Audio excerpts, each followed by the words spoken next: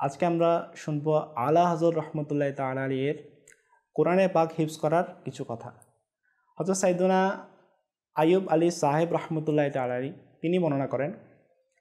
একদিন আলা হযরত রহমতুল্লাহ তাআলা আলাইহি বলেন,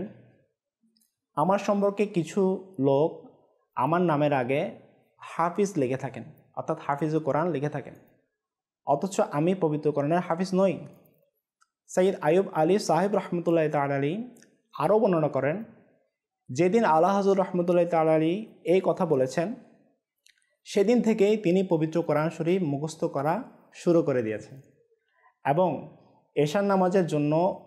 অজু করার পর থেকে জামাত শুরু হওয়ার আগ পর্যন্ত তিনি কোরআন শরীফ মুখস্থ করার জন্য সময় নির্ধারণ করে নেন এবং দৈনিক 1 পারা করে 30 দিনে 30 পারা কোরআনে পাক তিনি হিফজ করেন। এক জায়গায় আলা হযরত রহমতুল্লাহ তাআলা আলাইহি বলেন যে, আমি কোরআন শরীফ ধারাবাহিক প্রচেষ্টার মাধ্যমে মুখস্থ করি, আর তা এই জন্য যে ওই সব আল্লাহ তাআলার বান্দার কথা, অর্থাৎ যারা আমার নামের আগে হাফিজ লিখে দেয়, যেন ভুল প্রমাণিত না হয়।